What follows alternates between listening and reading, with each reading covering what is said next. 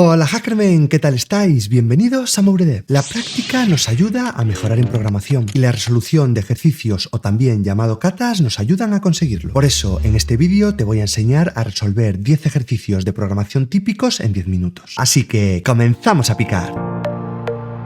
Bienvenidos a MoureDev by Bryce Moure. Tutoriales de programación y desarrollo de app iOS y Android. Mi nombre es Bryce Moure, soy ingeniero de software desde hace más de 12 años. Recuerda que de lunes a viernes puedes encontrarme realizando transmisiones en directo y que puedes consultar todos los enlaces de interés de la comunidad en moure.dev. Desde que comenzó 2022, cada lunes, cada semana resolvemos un nuevo ejercicio en comunidad y creamos una aplicación mes a mes. Es la actividad que hemos denominado como retos de programación, una forma de mejorar nuestra lógica y nuestro portfolio poco a poco y en comunidad. Te recomendaría que si no conoces esta iniciativa, veas el vídeo que te dejo por aquí, ya que en él te lo explico detenidamente y los ejercicios que vamos a ver hoy están dentro de esta iniciativa. Nuestros retos de programación son totalmente gratis, pero imagínate que durante 3 días puedes acceder también totalmente gratis a 1000 cursos. Durante el 19, 20 y 21 de agosto llega el Platzi Day. Si te encuentras dentro de estas fechas, estás de enhorabuena. Platzi es la plataforma número 1 de educación en habla hispana y durante 72 horas podrás acceder totalmente gratis a todos sus cursos. Entra en el enlace que te dejo en la descripción